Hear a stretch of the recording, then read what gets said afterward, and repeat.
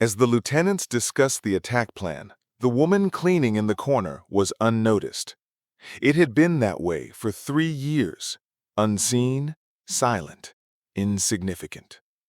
While moving her mop, she had heard every word, memorized every detail, until the moment she heard the first explosion.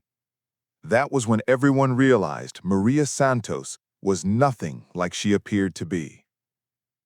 Welcome to Velvo Stories, where ordinary faces hide extraordinary pasts, and heroism speaks not in words, but actions. If you believe legends only wear uniforms, think again. The morning sun cast long shadows across Fort Richardson as Maria Santos pushed her cleaning cart down the corridor of Building 7, the nerve center of the base's intelligence operations.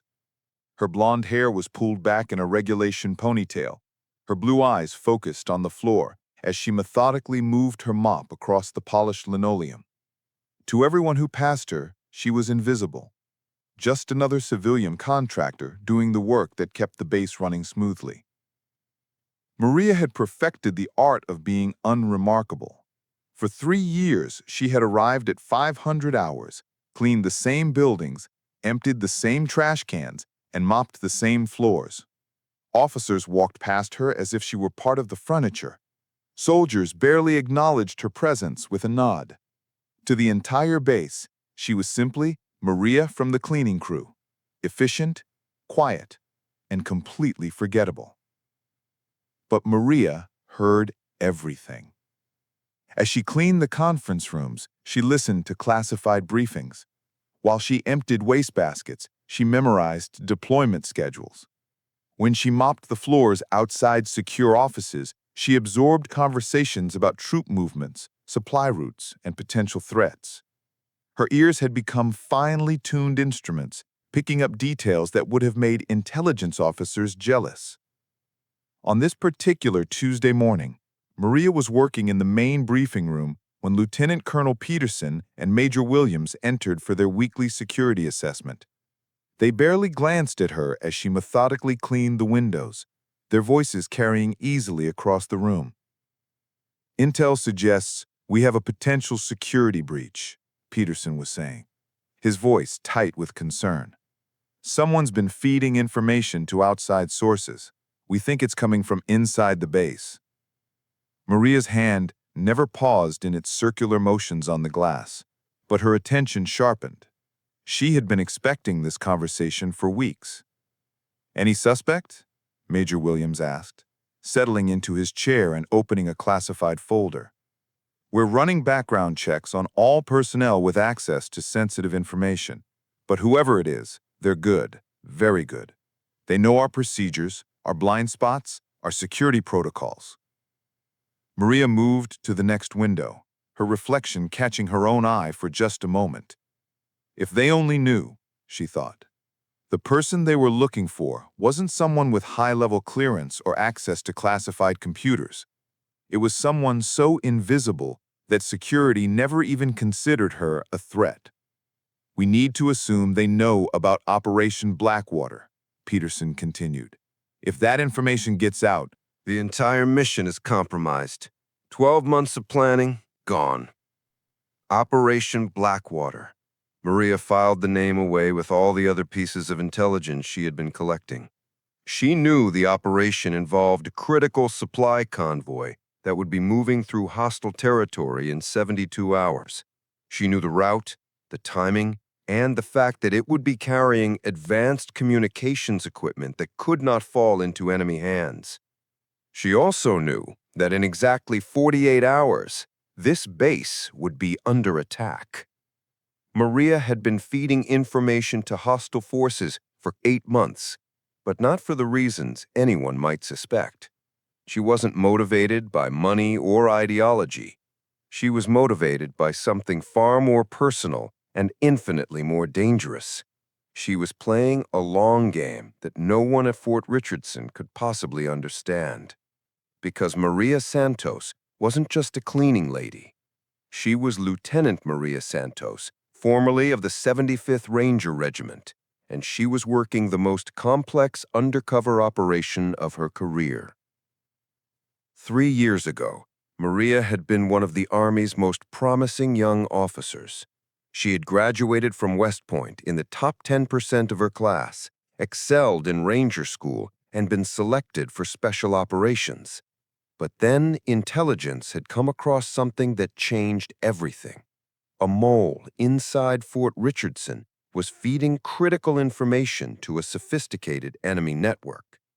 The leak was too precise, too well-informed to be coming from a casual observer. It had to be someone with deep access to classified information and intimate knowledge of base operations. Traditional counterintelligence operations had failed to identify the source. The enemy network was too careful, too well protected by layers of operational security. That's when someone in the intelligence community had proposed an audacious plan. Insert their own agent into the base, someone who could get close to the network by becoming valuable to them. But it couldn't be another soldier or intelligence officer. It had to be someone completely invisible, someone who could observe everything without being observed. Maria had volunteered for the assignment, understanding that it would mean giving up her military career, at least temporarily. She would have to fake her own discharge from the Army, create a completely new identity, and spend years building a cover so deep that even she sometimes forgot who she really was. The plan had worked perfectly, too perfectly. By feeding carefully selected pieces of intelligence to the enemy network, information that was either outdated or deliberately misleading, Maria had gained their trust and worked her way into their confidence. She had identified key players in the network, mapped their communication methods, and uncovered their operational structure. But somewhere along the way, the line between playing a role and living it had begun to blur. Maria found herself genuinely invisible, genuinely forgotten. The woman who had once led Rangers in combat was now someone that people looked through rather than at. It was a psychological challenge she hadn't anticipated. More importantly, she had discovered that the enemy network was planning something much larger than anyone had suspected. Operation Blackwater wasn't just a target of opportunity. It was the centerpiece of a coordinated attack designed to cripple American operations in the entire region. And the attack would begin here, at Fort Richardson, in exactly 48 hours. Maria finished cleaning the briefing room and moved on to her next assignment, the communications center. As she mopped the floors around the radio operators, she listened to encrypted traffic and observed security procedures. She had been building a complete picture of the base's defensive capabilities for months, and what she had learned was troubling. Fort Richardson was designed to defend against conventional attacks. Its security was focused on preventing infiltration and protecting against direct assault. But the coming attack would be neither conventional nor direct. It would be a precision operation designed to eliminate key personnel and capture specific assets before reinforcements could arrive. The enemy knew too much about the base's operations, and Maria was beginning to suspect that she wasn't the only intelligence operative working here. Someone else was feeding information to the network, someone with access to current, actionable intelligence. As she worked, Maria caught glimpses of her reflection in the polished surfaces around the communications center. The woman looking back at her was almost unrecognizable. 3 years of playing this role had changed her physically and psychologically. Her posture was different, submissive rather than commanding. Her demeanor was meek rather than confident. Even her voice had changed, becoming softer and more hesitant. But underneath the carefully constructed facade, Lieutenant Maria Santos was still there, still planning, still fighting a war that no one else knew was being waged. That afternoon, Maria received a coded message through the network's communication system. It was embedded in what appeared to be a routine work schedule email, but Maria knew how to read the hidden text. The message was brief but clear. Package delivery confirmed for Thursday morning.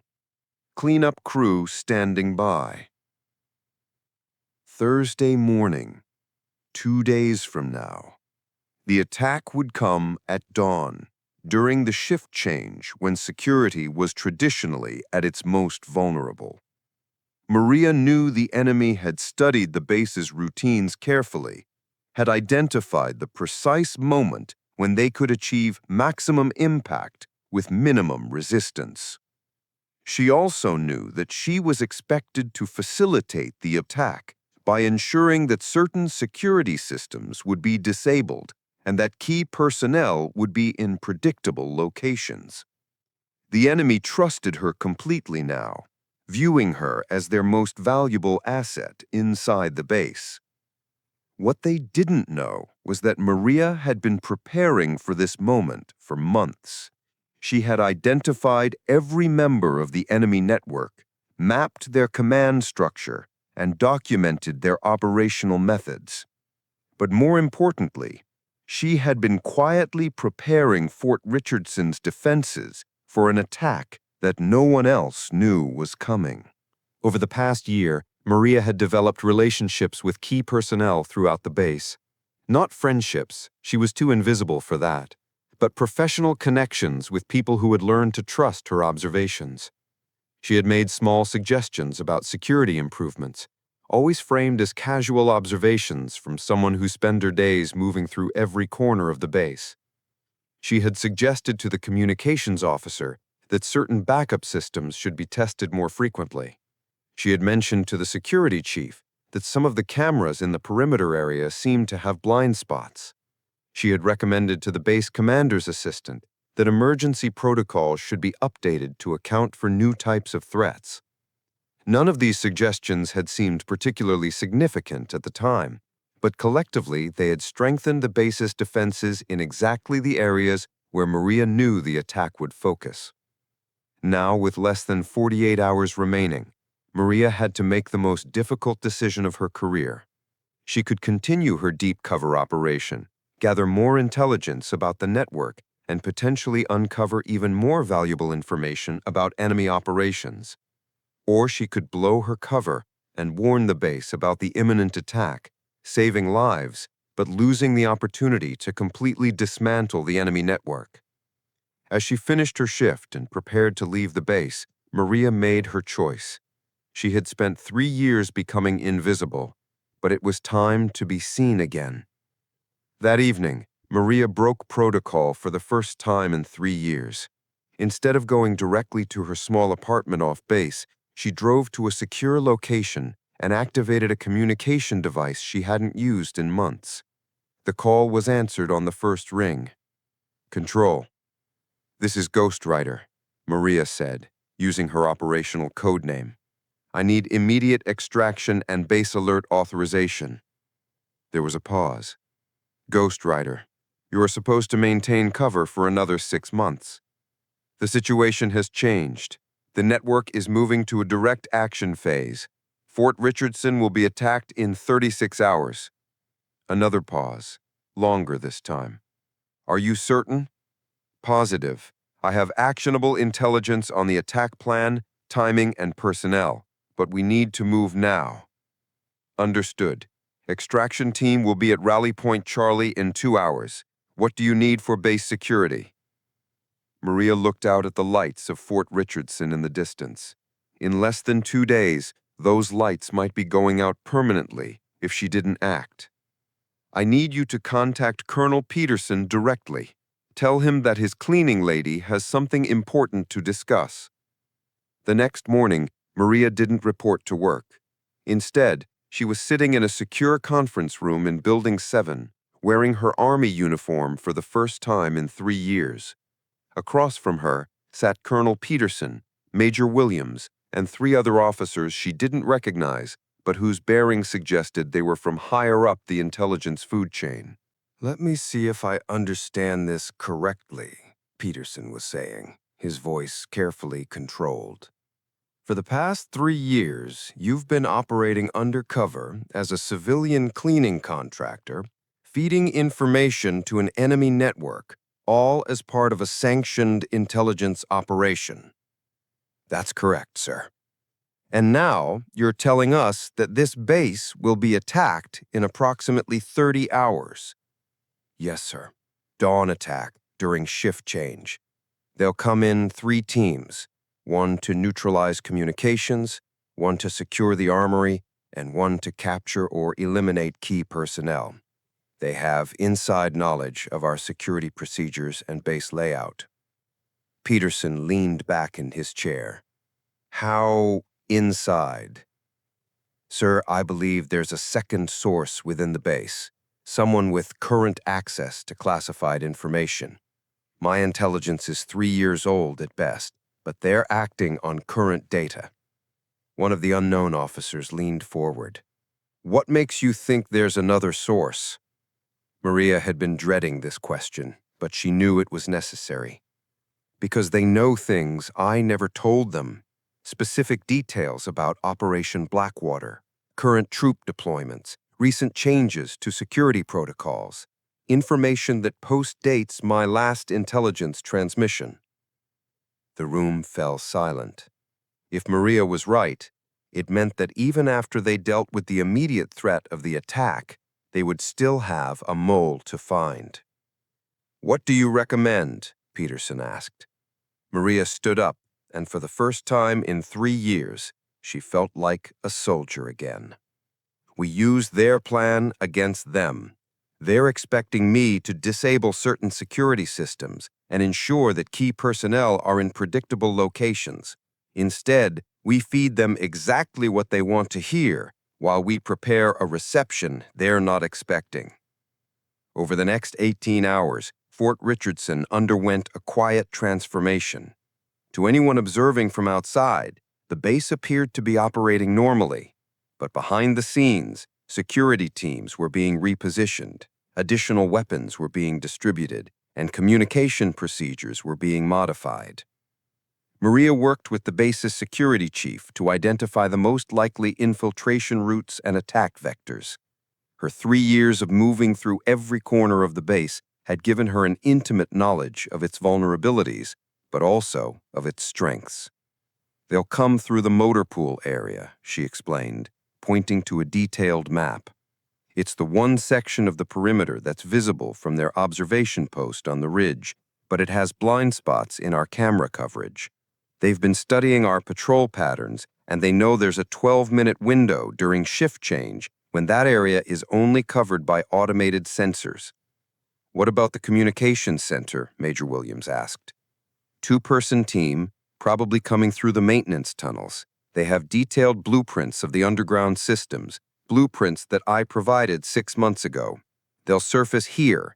Maria pointed to another location on the map, approximately 3 minutes after the main assault begins. As they planned the base's defense, Maria found herself slipping back into her role as a military officer. The psychological transformation was remarkable. Her posture straightened.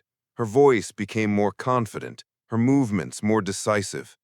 The invisible cleaning lady was disappearing, replaced by the ranger officer she had always been underneath. But even as she planned to defend Fort Richardson, Maria couldn't shake the feeling that something was wrong. The attack was too bold, too risky for the careful network she had been infiltrating.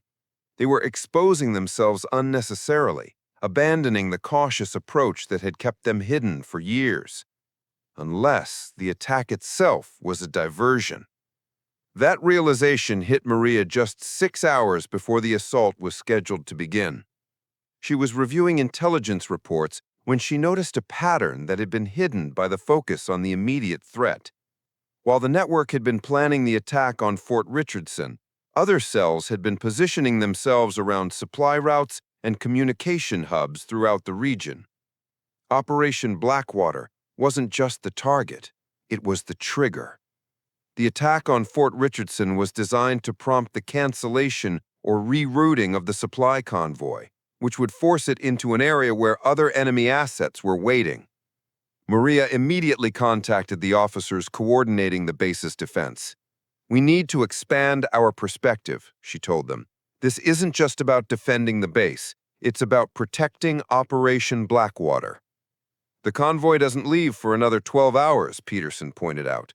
"If we repel the attack here, they'll be safe." "No, sir. That's exactly what they want us to think. If we successfully defend the base, the convoy will proceed on its original route, but the network has assets positioned along that route. They've been planning this for months, maybe years." The scope of the enemy operation was becoming clear. They weren't just trying to capture intelligence or disrupt operations. They were orchestrating a complex multi-phase attack designed to capture the advanced communications equipment that the convoy was carrying. With less than 4 hours remaining before the attack, the defending forces had to simultaneously prepare for an assault on the base while coordinating with regional command to reroute Operation Blackwater through secure corridors. As dawn approached, Maria found herself in an unexpected position. After 3 years of being invisible, she was now at the center of one of the most complex defensive operations the base had ever undertaken. Officers who had walked past her for years without a second glance were now hanging on every word. But more importantly, she was about to face the network that had come to trust her. People who considered her a valuable ally were about to discover that she had been working against them all along. The psychological weight of that betrayal was something Maria hadn't fully anticipated. Over the past 3 years, she had developed a strange sort of relationship with her handlers in the network. They had never met face to face, but they had communicated regularly, and she had come to understand their motivations and methods. In a different context, she might have respected their professionalism and dedication. They were skilled operators fighting for causes they believed in, just as she was. But they had chosen to target American soldiers, and that made them enemies, regardless of any personal feelings she might have developed. As the first light of dawn began to appear on the horizon, Maria took her position in the communications center. According to the plan, she would be there to disable key systems when the attack began. Instead, she would be coordinating the base's defensive response. She looked out through the windows at the quiet base, knowing that in less than 30 minutes, the tranquility would be shattered by violence. Soldiers who trusted her intelligence were preparing to risk their lives based on information she had provided. The weight of that responsibility was enormous. But Maria had been carrying responsibility for 3 years, the responsibility of protecting American forces while maintaining her cover, the responsibility of gathering intelligence without exposing herself, and the responsibility of making decisions that could affect the lives of thousands of people. Now, finally, she had the opportunity to act on all the intelligence she had gathered. The invisible woman was about to become the most visible person on the base. At 0547 hours, the attack began exactly as Maria had predicted. 3 teams of highly trained operatives moved simultaneously against the base's perimeter, communications center, and armory. They moved with precision and confidence, clearly believing that their carefully planned operation would achieve complete surprise. Instead, they found Fort Richardson's defenders waiting for them. The team approaching through the motor pool area encountered a reinforced security detail that had been positioned in concealment since midnight. The operatives targeting the communications center found that the maintenance tunnels they had planned to use were blocked, forcing them into kill zones that had been prepared specifically for them. Maria coordinated the defensive response from the communications center, her voice calm and professional as she relayed information between different sectors of the base. Officers who had never heard her speak with authority were struck by her transformation from invisible cleaning lady to competent military professional. Team Alpha has neutralized 3 hostiles in Sector 7, she reported. Team Bravo is engaging 2 more near the armory. All communication systems remain operational. The attack that was supposed to disable Fort Richardson's defenses and create chaos instead became a textbook example of how to turn superior intelligence into tactical advantage. Within 45 minutes, all hostile operatives had been either captured or neutralized. But even as the immediate threat ended, Maria knew that the larger operation was still unfolding. The network would be expecting to receive word that the base was under attack and that Operation Blackwater had been delayed or canceled. When that word didn't come, they would realize that something had gone wrong. "Colonel Peterson," Maria said as the base security chief arrived in the communications center, "we need to send a message to the network. They're expecting confirmation that the attack succeeded." Peterson looked at her with newfound respect. "What do you recommend?" Maria thought for a moment. The network's communication protocols were complex, but she knew them intimately. "We tell them that the attack partially succeeded, but that the base is still operational. We say that Operation Blackwater has been delayed by 12 hours and will now take an alternate route. That should draw their other assets out of position." Over the next several hours, Maria helped coordinate a deception operation that was as complex as the original infiltration mission. False information was fed to the enemy network through multiple channels, creating the impression that their attack had achieved some of its objectives while actually leading them into a series of traps. By the end of the day, not only had Fort Richardson successfully defended against the attack, but regional security forces had used the network's response to identify and neutralize enemy assets across a wide area. The operation that was supposed to cripple American communications in the region instead resulted in the destruction of the most sophisticated enemy intelligence network in the theater. As the sun set on what had been one of the longest days in Fort Richardson's history, Maria found herself back in the same conference room where her mission had been revealed 24 hours earlier. But now, instead of being debriefed about intelligence she had gathered, she was being thanked for an operation that had exceeded every expectation. Lieutenant Santos, using her military rank for the first time since she had arrived at the base, "I don't think I've ever seen a more successful counterintelligence operation. Your work over the past 3 years has quite literally saved thousands of lives." Maria nodded, but she didn't feel entirely satisfied. "What about the other source, sir? The person who was feeding current intelligence to the network?" Peterson's expression darkened. "We found him, Major Thompson from the intelligence section. He was arrested this morning during the attack. Apparently, he thought the chaos would provide cover for him to destroy evidence of his activities." "How long had he been compromised?" "At least 18 months, possibly longer. He was providing the kind of current, detailed intelligence that made your historical information seem credible to the network. In a way, his betrayal helped validate your cover."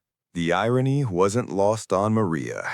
A real traitor had unknowingly helped protect her false identity as a traitor, allowing her to maintain her cover long enough to uncover the entire enemy operation. "What happens now?" she asked.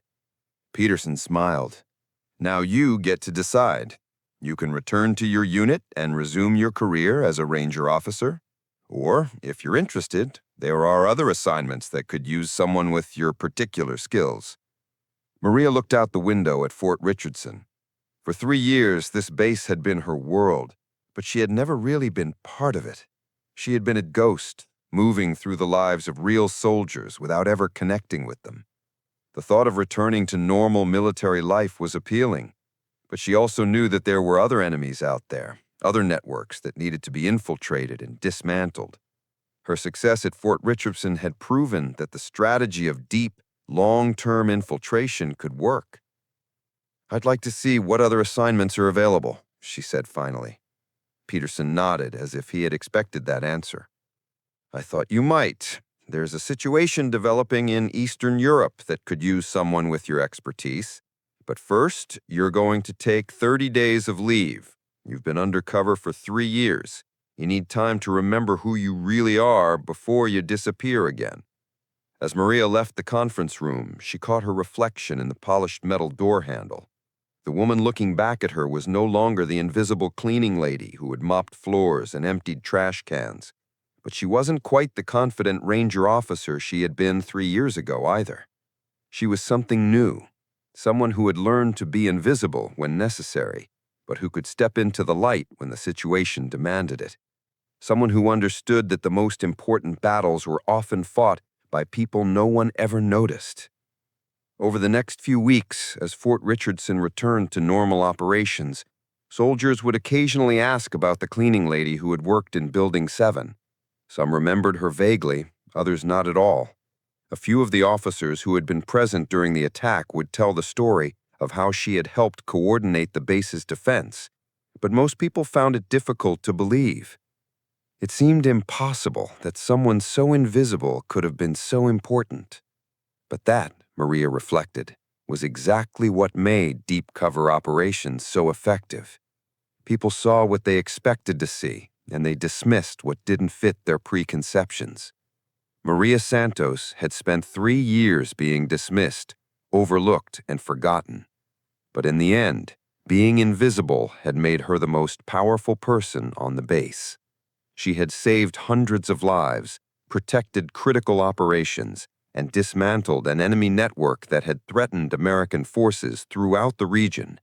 And she had done it all while mopping floors and emptying trash cans. 6 months later, Maria was working under a different name, in a different country, playing a different role, but using the same skills. She had learned to blend into the background, to observe without being observed, and to act decisively when the moment demanded it. But sometimes, late at night, she would think about Fort Richardson and the soldiers who still didn't know that their lives had been saved by someone they had never really seen. She had been their guardian angel, protecting them from threats they never knew existed. And that, she thought, was exactly the way it should be.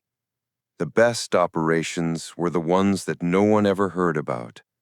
The most important battles were fought by people whose names would never appear in history books, and the greatest heroes were often the ones who remained forever invisible, protecting others while asking for nothing in return. Maria Santos had learned to be invisible, but in doing so, she had become unforgettable.